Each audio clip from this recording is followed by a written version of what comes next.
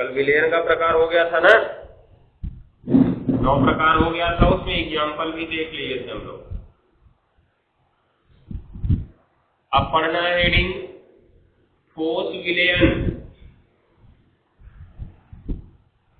एक मिनट रुक जाओ, देख रहे सिलेबस में है कि नहीं है।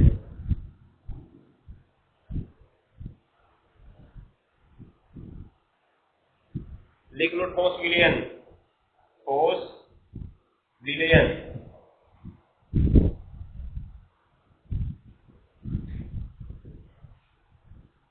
ठोस विलयन हो गया। इसमें लिखो जब किसी ठोस को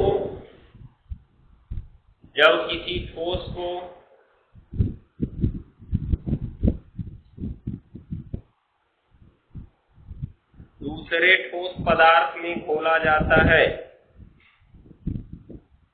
जब किसी ठोस को दूसरे ठोस पदार्थ में घोला जाता है,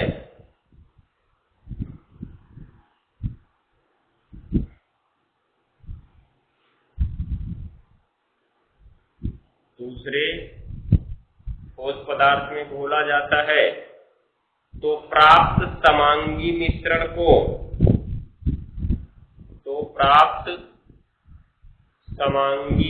को विलयन कहते हैं। तो प्राप्त समांगी मिश्रण को विलयन कहते हैं। एक मिनट, ठोस विलयन कहते हैं, विलयन नहीं, ठोस विलयन कहते हैं, क्योंकि यहाँ पे ठोस को ठोस में घोला गया है ना, ये बात को ध्यान में रखना। जब भी ठोस को ठोस में घोला जाएगा क्या प्राप्त होगा हमें? ठोस विलयन। लेकिन कब? जब समांगी मिश्रण बनेगा तभी, क्योंकि ऐसा नहीं है कि चीनी को उठाओ उसके बाद लोहे में मिला दो का तो ठोस विलयन बन गया। ऐसा नहीं होगा। जब एक ठोस दूसरे ठोस में घुल जाएगा अर्थात समांगी मिश्रण बन जाएगा, तभी हम उसे क्या कहेंगे? ठोस विलयन कहेंगे। ठीक है, ये 2 प्रकार से हो सकता है। पहले तो इसमें नीचे लिख लो सिंगल इंडिकेट पॉइंट। ठोस विलयनों में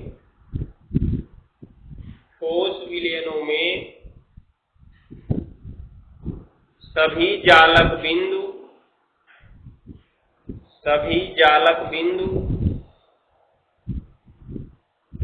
भिन्न भिन्न परमाणुओं के द्वारा भरे होते हैं। सभी जालक बिंदु भिन्न भिन्न परमाणुओं के द्वारा भरे होते हैं।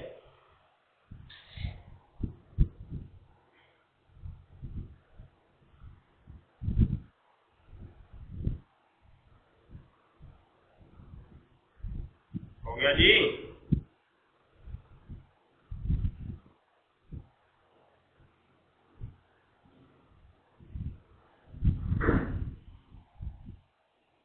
अब आगे लिखो ठोस विलयनों के कुछ मुख्य उदाहरण। ठोस विलयनों के कुछ मुख्य उदाहरण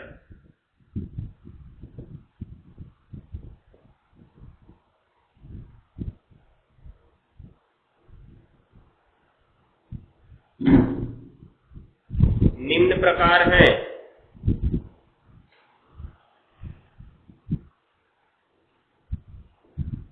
पहला, मिश्र धातुएं।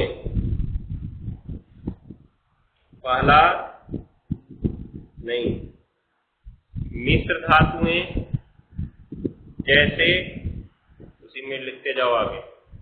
मिश्र धातुएं जैसे पीतल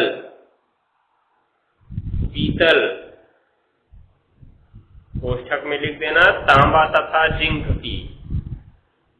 तांबा तथा जिंक मतलब Cu और Zn अर्थात कॉपर व जिंक। हो गया ना? कोष्ठक बंद। तांबा तथा जिंक की। पीतल है, तांबा और जिंक की मिश्र धातु, कॉमा, कोष्ठक बंद करने के बाद देखना कॉमा, स्टर्लिंग सिल्वर, स्टर्लिंग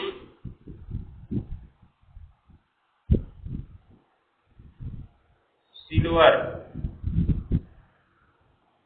ये कॉपर तथा सिल्वर की मिश्र धातु है, कॉपर तथा सिल्वर, हो गया ना। स्टर्लिंग सिल्वर, कोष्ठक में लिखना Cu तथा Ag, Cu तथा Ag, हो जाएगा, कोष्ठक बंद आदि। और दूसरा नंबर देख लो, स्टील के कुछ प्रकार, स्टील के कुछ प्रकार, हो गया। बस ये तुम्हारा ठोस विलयन का उदाहरण हो गया। नीचे एक सिंगल इंडिकेट पॉइंट लिखो, इंपॉर्टेंट लिख देना इस पे।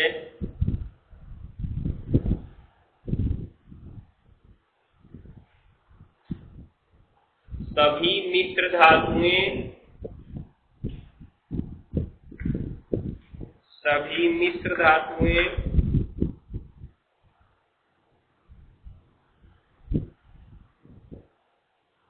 विलयन नहीं होती हैं, सभी मिश्र धातुएं विलयन नहीं होती हैं, अर्थात समांगी मिश्रण नहीं बनाती हैं, अर्थात समांगी मिश्रण नहीं बनाती हैं, ये ध्यान में रखना।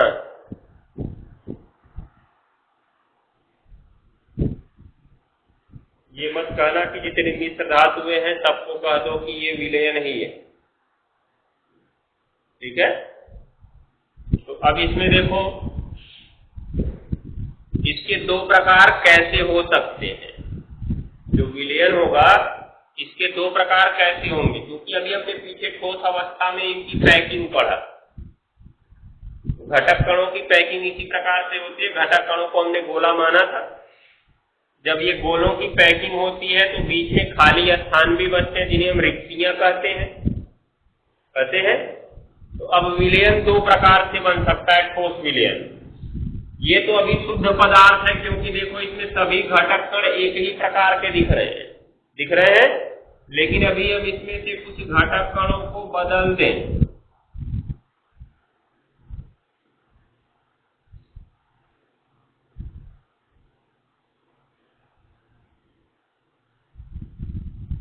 देख रहे हो, कुछ घटक कण हमने इसमें अलग कर दिया, तो अब इसमें भिन्न भिन्न परमाणु आ गए। जब भिन्न भिन्न परमाणु आ गए तो ये मिश्रण बन गया, क्योंकि जब अकेला था तो शुद्ध था, उसमें कोई दूसरा मिल गया तो क्या बन गया, मिश्रण बन गया। और जब ये समांगी मिश्रण बन जाता है तो इसे हम ठोस विलयन कहते हैं। क्या कहते हैं, ठोस विलयन। तो हमने उसमें नीचे लिखवाया तुम्हें कि ठोस विलयन में जो घटक कण होते हैं भिन्न भिन्न परमाणुओं के होते हैं। किसके होते हैं, भिन्न भिन्न परमाणुओं के। क्यों, क्योंकि विलयन बन गया ना। अब विलयन कैसे बनता है, विलय में विलायक मिलाने पर विलयन बनता है। तो इसका मतलब एक ठोस में दूसरा ठोस जब परमाणविक स्तर पर मिल गया तो ठोस विलयन बना है। इसमें होता क्या है, अब ये सोचोगे कि कैसे जाके जुड़ गया वो, क्या ईंट लिए थे उसके बाद से उसमें लेके गए हम चांदी का टुकड़ा डाल दिए, हो गया परमाणु स्तर पर वितरित हो गया? नहीं, ऐसा नहीं होता है। मिश्र धातुएं बनाने के लिए सर्वप्रथम जिन धातुओं की मिश्र धातु बनाते हैं उन्हें उनके गलनांक से ऊपर गर्म करते हैं। किससे ऊपर गर्म करते हैं, गलनांक से ऊपर। अब बात को ध्यान से समझना, जब तक ये पदार्थ ठोस अवस्था में है तब तक इसके कण पास पास होंगे और स्थानांतरी गति संभव नहीं होगी। लेकिन जब हम इसको गलनांक से ऊपर गर्म कर देंगे तो ये किस अवस्था में आ जाएगा, गलनांक माने गल जाए ना, कोई पदार्थ जिस पर गल जाता है वही उसका गलनांक कहलाता है। तो गलनांक से ऊपर गर्म कर दोगे तो गल जाएगा, अर्थात द्रव अवस्था में आ जाएगा। द्रव अवस्था में आ जाएगा तो कण क्या हो जाते हैं, दूर दूर हो जाते हैं। अब हो गया कि नहीं हो गया? उसके बाद इसी के साथ तुमने दूसरा ठोस पदार्थ भी, क्योंकि दो पदार्थों की जब मिश्र धातु बना रहे तो दोनों को गर्म करोगे ना, जो दूसरा तुमने गर्म किया वो भी इसी प्रकार से इसमें कहीं कहीं घूमेगा। ऐसे घूमेगा कि नहीं घूमेगा? दोनों जब द्रव एक साथ आ गए तो ऐसे ही घूमेंगे, जिसकी मर्जी जहां घूमेगा, क्योंकि अब घूम सकते हैं ना। अब क्या होता है, तुम देख रहे होगे कि जब पहले दोनों पदार्थ अलग अलग थे शुद्ध अवस्था में, तो ये पूरा अकेले रहा होगा और साथ वाला पूरा अकेले रहा होगा। लेकिन जब हमने इनको द्रव अवस्था में ला दिया तो ये परमाणविक स्तर पर एक दूसरे के साथ वितरित हो गए। देखो, इसके बाद ये आ गया, इसके बाद ये आ गया, इसके बाद ये आ गया। देख रहे हो नहीं देख रहे हो? कौन कहाँ जा रहा है अब नहीं पता है, क्योंकि द्रव अवस्था में एक निश्चित सीमा के भीतर गति संभव हो जाती है। क्या हो जाता है? गति संभव हो जाती है। तो जब तुमने इनको द्रव अवस्था में बदल दिया तो ये चलने के लिए स्वतंत्र हो गए। लेकिन क्या तुम इसको मान रहे हो 1000 डिग्री सेल्सियस पे गर्म करके उसको गलाए थे, तो क्या हमेशा उसका ताप अब 1000 डिग्री सेल्सियस ही रहेगा? नहीं, छोड़ दोगे उसको, वो ठंडा होगा। ठंडा होगा ना, ठंडा होके फिर किस अवस्था में बदल जाएगा? ठोस अवस्था में बदलेगा। बदलेगा।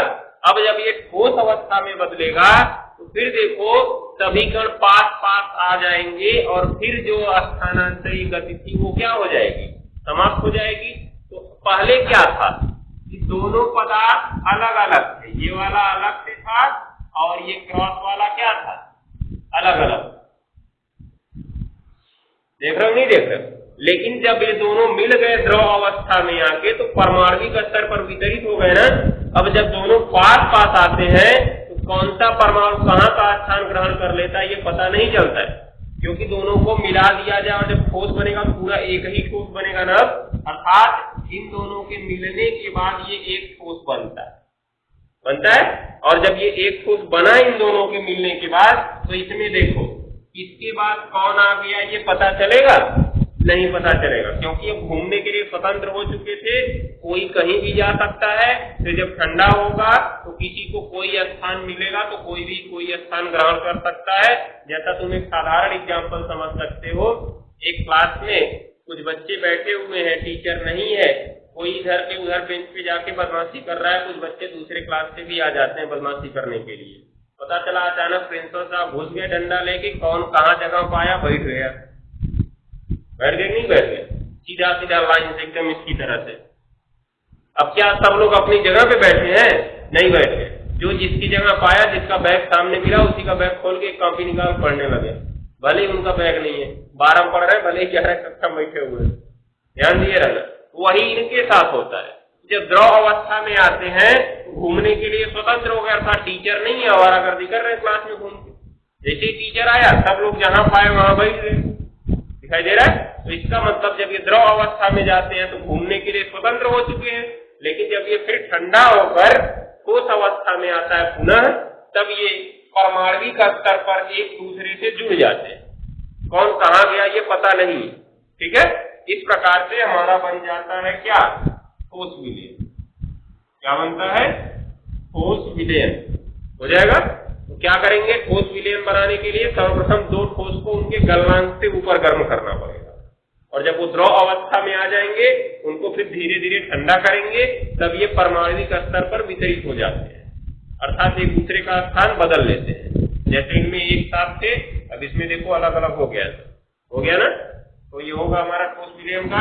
ये तो अभी देखो इसमें क्या हुआ कि यहाँ पे पहले इसका रहा होगा ना, लेकिन अब जब ठंडा हुआ तो ये वाला आ गया।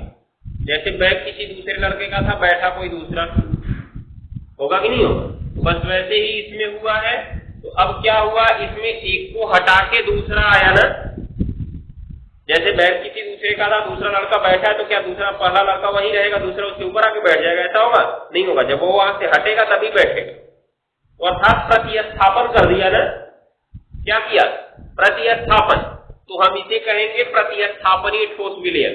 अर्थात एक घटक कण ने दूसरे घटक कण को हटा दिया, ये वाले का घटक कण यहाँ पे रहा होगा, लेकिन जब विलयन बना तो अब इसका वाला आ गया, तो इसका वाला कहाँ गया होगा, दूसरी जगह गया होगा, तभी तो देखो पूरा मिला के बड़ा बन गया है। तो इसको हम कहते हैं प्रतिस्थापनीय ठोस विलयन। क्या कहते हैं? प्रतिस्थापनीय। एक दूसरा प्रकार भी हो सकता है, क्या हो सकता है? कभी कभी ऐसा होता है कि एक परमाणु या एक धातु परमाणु बड़े परमाणुओं वाली होती है और जो दूसरा होता है उसका आकार छोटा होता है, और आकार इतना छोटा होता है कि वो उसके अंतराकाशीय स्थान में चले जाते हैं, अर्थात रिक्तियों में चले जाते हैं। जैसे तुम ये देख सकते हो, इसमें कुछ कण हमको दिख रहे हैं जो किसी एक पदार्थ के ही है, क्योंकि देखो सभी घटक कण समान है, दिख रहा है। इनके बीच खाली स्थान है, खाली स्थानों में छोटे छोटे परमाणु आ सकते हैं कि नहीं आ सकते? आ सकते हैं। तो जब इस खाली स्थान में छोटे छोटे परमाणु वितरित हो गए तब भी विलयन बन गया, क्योंकि एक दूसरे में घुल गया, ठीक है ना, तो विलयन तब भी बना। लेकिन क्या इसकी तरह किसी ने अपना स्थान छोड़ा? नहीं छोड़ा है। यहाँ पर प्रतिस्थापन नहीं हो सकता। कहने का मतलब क्लास पहले से पूरी भरी हुई थी, 10-15 लोग आके बदमाशी कर रहे थे, प्रिंसिपल साहब आए तो 4 की जगह 5 बैठ गए एक बेंच पे, ठीक है ना। अर्थात किसी ने अपना स्थान भी नहीं छोड़ा, एक्स्ट्रा भी आ गया, हो जाएगा। और कहां पे आया? खाली स्थान में आया, अर्थात जो स्थान खाली थे। अब क्या 5 पहले से बैठे हुए तो उनको और दबा के बैठ जाएंगे? नहीं, जहां पे स्थान खाली था वहीं पे गए। तो इसीलिए इनको कहते हैं हम अंतराकाशी ठोस विलयन। अंतराकाशी विलयन, अंतराकाशी रिक्तियां पढ़े थे ना, अंतराकाशी रिक्तियां, घटक कणों के बीच जो खाली स्थान होता है, जब उन खाली स्थानों में विलय चला गया तो इसका नाम अंतराकाशी विलयन हो गया, हो गया। और इसका नाम क्या था? प्रतिस्थापन करके आया, इसलिए प्रतिस्थापनीय ठोस विलयन। ठोस विलयन के 2 प्रकार यही होते हैं, तो लिख सकते हो नीचे एक फिंगर इंडिकेट पॉइंट से।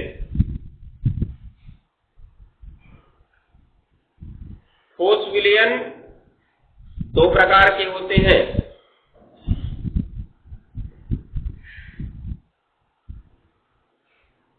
पहला लिखो प्रतिस्थापनीय ठोस विलयन।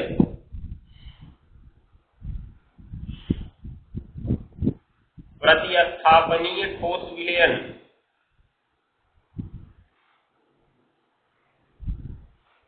प्रतिस्थापनीय ठोस विलयन हो गया। इसके अंदर लिखो, हेडिंग लिखो, नाम लिख लो अभी, तो इसके अंदर लिखो प्रतिस्थापनीय ठोस विलयन में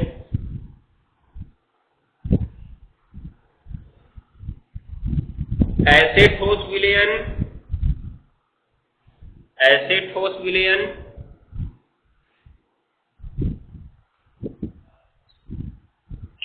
जिनमें एक ठोस पदार्थ के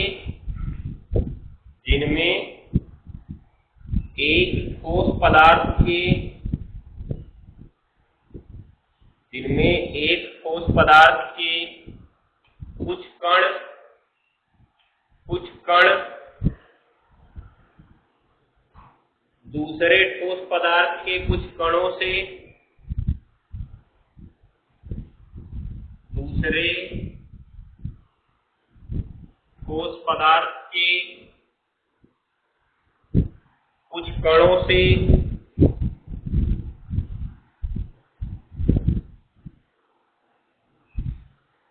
प्रतिस्थापित हो जाते हैं।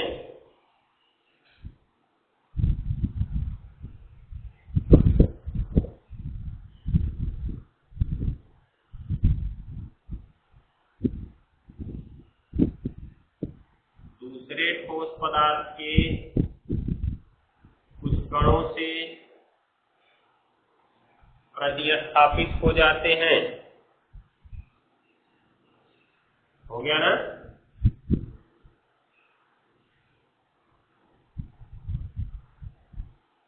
अभी यहां पे तुम देख सकते हो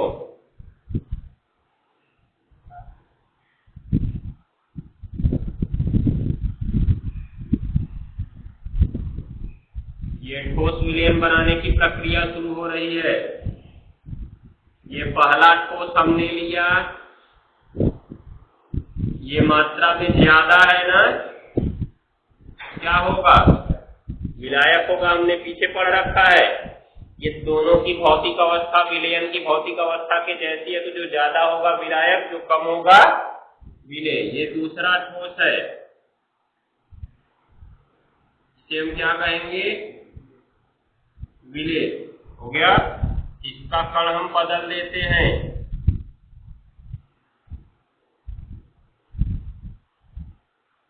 अभी देखो दोनों शुद्ध अवस्था में है अपने, इसमें एक प्रकार के घटक कण, इसमें एक प्रकार के घटक कण, ठीक है ना।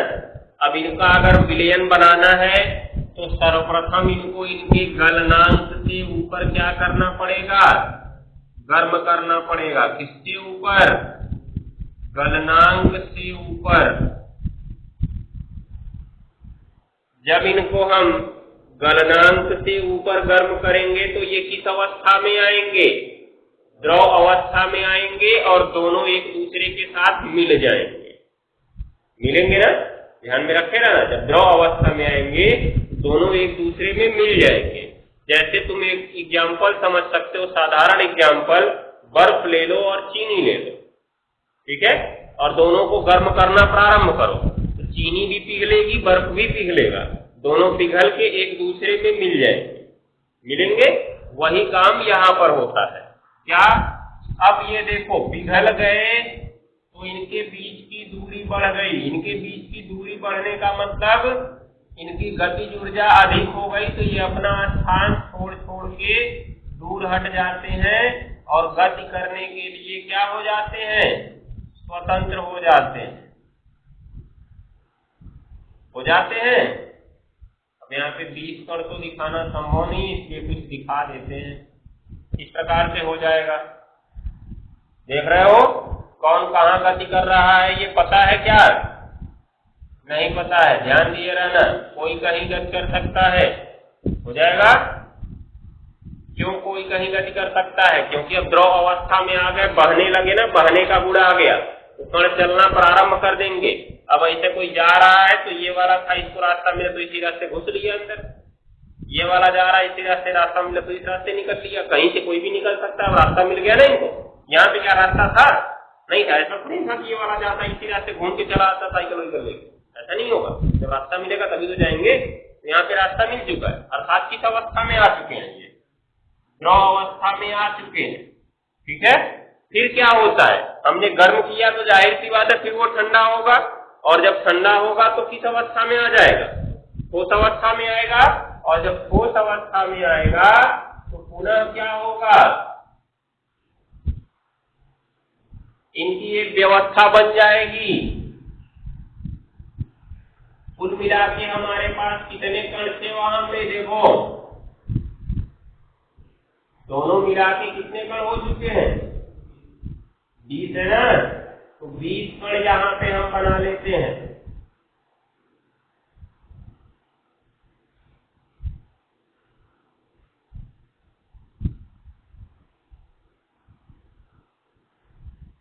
हो गया, तो अब 20 हो गया, 20 में से 12 इसका था, 8 इसका था, तो उसी प्रकार से ये मिले भी होंगे आपस में। कौन कहां जाएगा ये नहीं पता है। मान लो हमने 2 कर दिया, 2 कर दिया, फिर यहां भी कर दिया, यहाँ पे यहाँ पे यहाँ पे और यहाँ पे कर दिया, हो गया ना। इस प्रकार से ये हमारा ठोस विलयन बन गया, दिखाई दे रहा है। जो दोनों अलग अलग थे अब दोनों आपस में मिल चुके हैं, तो ये ठोस विलयन बनने की प्रक्रिया हो गई, हो जाएगा। तो बना लेंगे इसको हम लोग यहां से यहां तक। ये हो गया प्रतिस्थापनीय ठोस विलयन, क्योंकि एक घटक कण को दूसरे घटक कण ने क्या कर दिया, प्रतिस्थापित कर दिया, ठीक है, लिख सकते हो।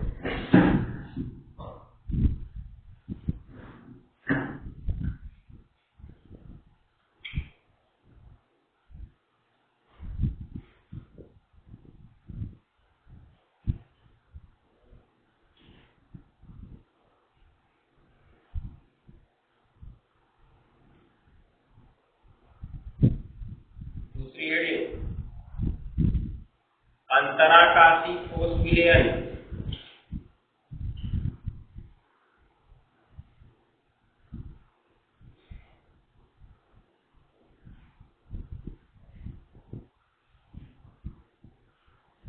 अंतराकाशी ठोस विलयन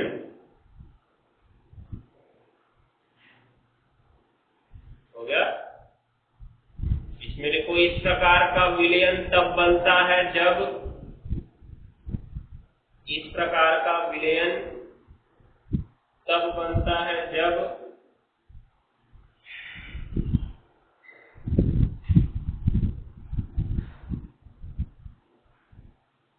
हो गया एक प्रकार के ठोस के कण, एक प्रकार के ठोस के कण, एक प्रकार के ठोस के कण दूसरे ठोस के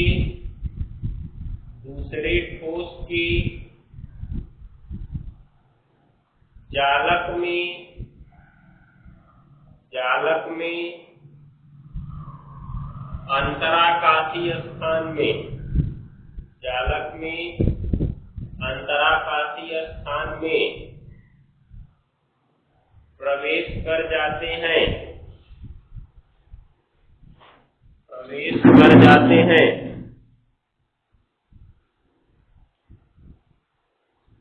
प्रवेश कर जाते हैं।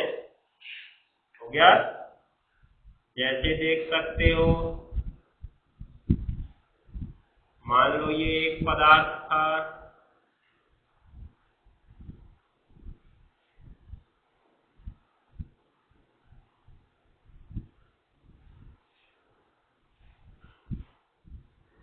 इसके बीच में खाली स्थान है, इसमें हमको एक दूसरा पदार्थ लेना है जिसके कण क्या है, छोटे छोटे हैं। ठीक है।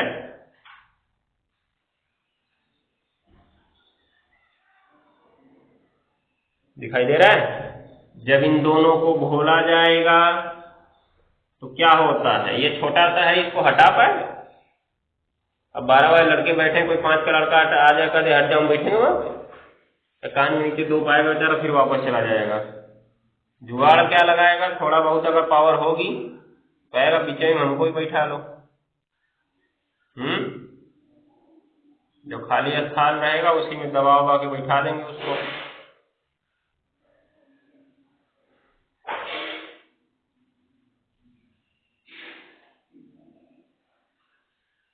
तो देख सकते हो यहाँ पे जो खाली स्थान है, इन्हीं में ये घटक कण समाहित हो गए।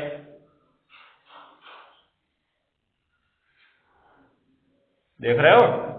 तो ये हमारा बन गया अंतराकाशी ठोस विलयन।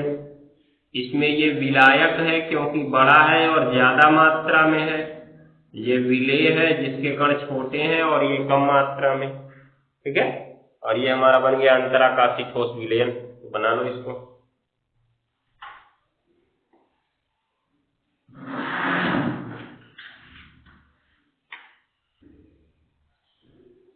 अब नीचे हेडिंग लिखो, विलेयता। विलेयता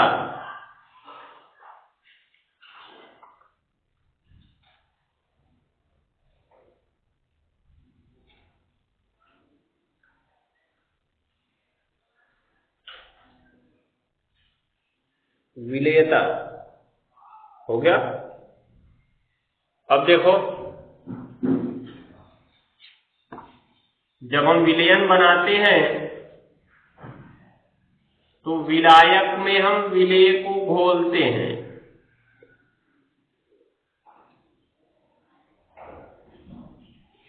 घोलते हैं तो क्या ऐसा होता है कि हम विलायक ले लें और उसमें विलेय घोलते जाएं, घोलते जाएं, घोलते जाएं, घोलते जाएं, घोलता जाएगा? 2 दिन घोलो, 3 दिन घोलो, घोलता जाएगा ऐसे? नहीं। क्या होता है, जब हम किसी विलायक की एक निश्चित मात्रा ले लें, जैसे हमने मान लो 1 गिलास पानी ले लिया, उसमें चीनी घोलना शुरू कर दो, चम्मच लेके मिलाना शुरू कर दो, एक चम्मच चीनी डालते रहो, एक चम्मच से मिलाते रहो, मिलता जाएगा मिलता जाएगा मिलता जाएगा, एक समय ऐसा आएगा कि चीनी घुलना बंद हो जाएगी। ध्यान देना इस बात को, एक समय ऐसा आएगा कि चीनी घुलना बंद हो जाएगी। तो जैसे मान लो हमने पानी लिया 1 लीटर, कितना लिए? 1 लीटर लिए, और इसमें हमने विलेय घोला, घोलते गए, मान लो जब हमने 250 ग्राम घोल लिया, उसके बाद घुलना बंद हो गया। मतलब जब चम्मच से डालते गए चीनी घुलता गया, 250 ग्राम पहुंचे, 251वां ग्राम मिला है तो वो नहीं घुला। ठीक है, तो इसका मतलब हम यहाँ पे कह सकते हैं कि 1 लीटर पानी में चीनी की विलेयता कितने ग्राम है? 250 ग्राम है। ठीक है, तो ये विलेयता किससे संबंधित है? विलेय से कि विलायक से? विलेय से संबंधित है ना। हमने कहा चीनी की विलेयता 250 ग्राम है, क्या कहे पानी की विलेयता इतना ग्राम है? नहीं। तो विलेयता किससे संबंधित है? विलेय से संबंधित। तो क्या होगा विलेयता की परिभाषा? किसी निश्चित विलायक में विलेय का अधिकतम जितनी मात्रा घुल सकती है या अधिकतम जितना ग्राम घुल सकता है, वही उसका क्या कहलाता है? विलेयता कहलाता है। ठीक है, तो हम लोग इसको लिखते हैं। देखो, जब किसी निश्चित ताप पर हम जब किसी निश्चित ताप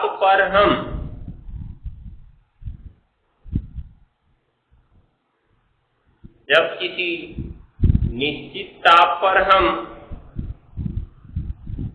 किसी विलायक की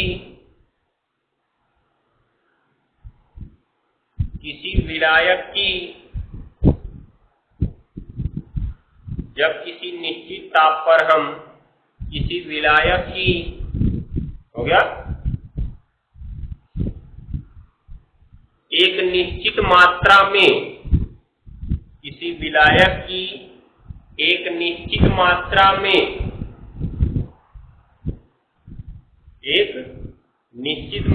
में किसी विलेय को घोलते हैं तो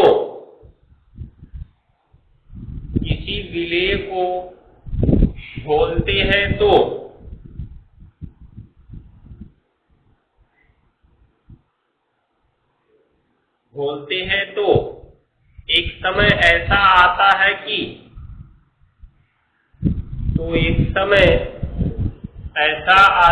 कि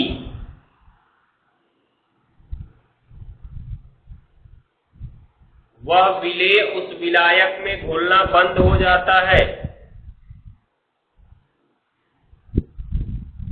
वह विलेय उस विलायक में घुलना बंद हो जाता है।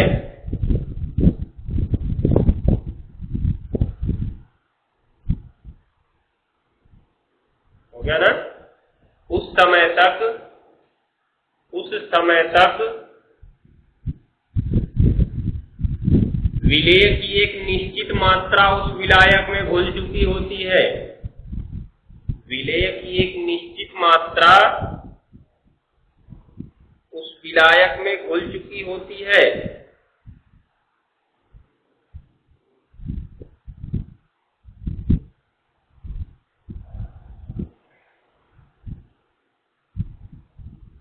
हो गया? जो उस विलेय पदार्थ की विलेयता कहलाती है, जो उस विलेय पदार्थ की विलेयता कहलाती है।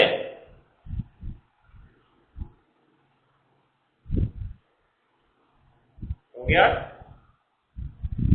तो अब यहां पर ध्यान दो, पहला काम तो विलायक की मात्रा निश्चित करनी है। ठीक है? दूसरा काम ताप निश्चित करना है। ऐसा क्यों? ताप निश्चित करना इसलिए आवश्यक है क्योंकि ताप बढ़ाने पर विलेयता बढ़ने लगती है। जैसे तुम चीनी का चीला बनते हुए देखे होगे, चीनी लिया जाता है कढ़ाई में, 2 गिलास पानी डाल देते हैं, उसके बाद उसको गर्म करते हैं तो मिल जाता है, पूरा सीरा बन जाता है। लेकिन क्या कढ़ाई में आधी कढ़ाई चीनी दे दो, 2 गिलास उसमें पानी डाल दो, चम्मच से हिलाते रहो तो विलेयन बन जाएगा, उसके बाद उसको पी लोगे? ऐसा नहीं होगा। वो भूल नहीं रहा था, लेकिन हमने उसका ताप बढ़ाया, विलेयता बढ़ गई अर्थात भूल गया। ठीक है ना, ये बात को ध्यान में रखना। उसके बाद विलायक को निश्चित करना क्यों आवश्यक है? क्योंकि जब तुमने कढ़ाई में 2 गिलास पानी डाला तो नहीं घुला, उसमें पानी डालते जाओ डालते जाओ डालते जाओ डालते जाओ, पानी की मात्रा ज्यादा हो गई, चम्मच से हिला तो घुल गया। घुला कि नहीं घुला? इसका मतलब विलायक और ताप निश्चित नहीं करेंगे तब ये मात्रा निश्चित नहीं हो सकती, तब कुछ भी भूल सकता है ना। इसीलिए 2 चीजें यहाँ पे निश्चित करना आवश्यक है, एक ताप, दूसरा विलायक। इसलिए परिभाषा ही हम उसी प्रकार से पढ़ेंगे। कैसे पढ़ेंगे? लिखना शुरू करो, नीचे लिखो, काले पेन से लिखना। विलेयता को हम निम्न प्रकार परिभाषित कर सकते हैं। विलेयता को हम निम्न प्रकार परिभाषित कर सकते हैं। विलेयता को हम निम्न प्रकार परिभाषित कर सकते हैं। विलेयता को हम निम्न प्रकार परिभाषित कर सकते हैं। लिखना आगे कॉमा, इन्वर्टेड कॉमा में,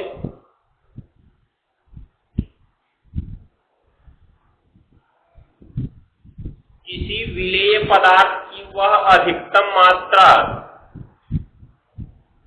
किसी विलेय पदार्थ की वह अधिकतम मात्रा, किसी विलेय पदार्थ की वह अधिकतम मात्रा जो किसी निश्चित ताप पर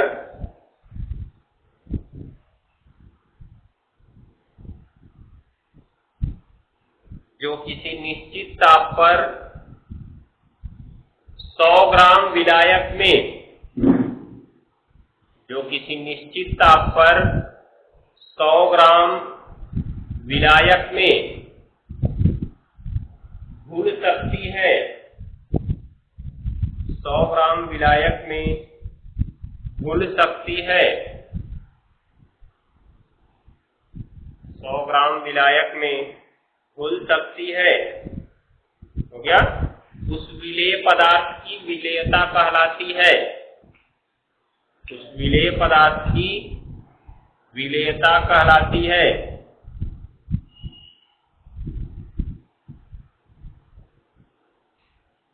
हो गया? तो अब यहां देख सकते हो, विलायक को निश्चित किया गया 100 ग्राम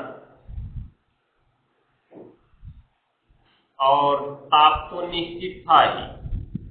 अब इस 100 ग्राम में जितना विलेय घुल जाएगा वही उसकी विलेयता होगी। मान लो हमने कहा 38 ग्राम, कितना? 38 ग्राम। तो कह सकते हैं कि इस विलेय पदार्थ की विलेयता कितने ग्राम है? 38 ग्राम। हो गया ना? इन्वर्टेड कॉमा बंद करो, उसका नीचे जैसे लिख लो, जैसे जैसे यदि किसी विलयन में, यदि किसी, या एक मिनट, यदि किसी, हाँ लिख सकते हो, यदि किसी विलयन में विलेय पदार्थ की विलेयता, विलेय पदार्थ की विलेयता 38 ग्राम है तो 38 ग्राम है तो इसका अर्थ यह है कि, तो इसका अर्थ यह है कि, तो इसका अर्थ यह है कि उस विलेय के, एक मिनट, उस विलायक के कितने ग्राम में? 100 ग्राम में, क्योंकि विलायक की मात्रा निश्चित है ना 100 ग्राम। उस विलायक के 100 ग्राम में विलेय के कितने ग्राम घुले होंगे? 38 ग्राम घुले हैं। ये हमारा तर्क हो गया, ठीक है ना। विलेयता से निकाल सकते हो, जितने ग्राम विलेयता देगा उतने ग्राम विलेय घुले होंगे कितने ग्राम विलायक में? 100 ग्राम विलायक में, क्योंकि विलायक निश्चित होना चाहिए, ठीक है ना। बस बाकी चीजें फल होंगी। इसका प्रकार अब पढ़ना है। विलेयता के आधार पर विलयन के प्रकार भी होते हैं, इसकी चर्चा कल होगी। 3 प्रकार होते हैं, तीनों हम लोग कल पढ़ेंगे।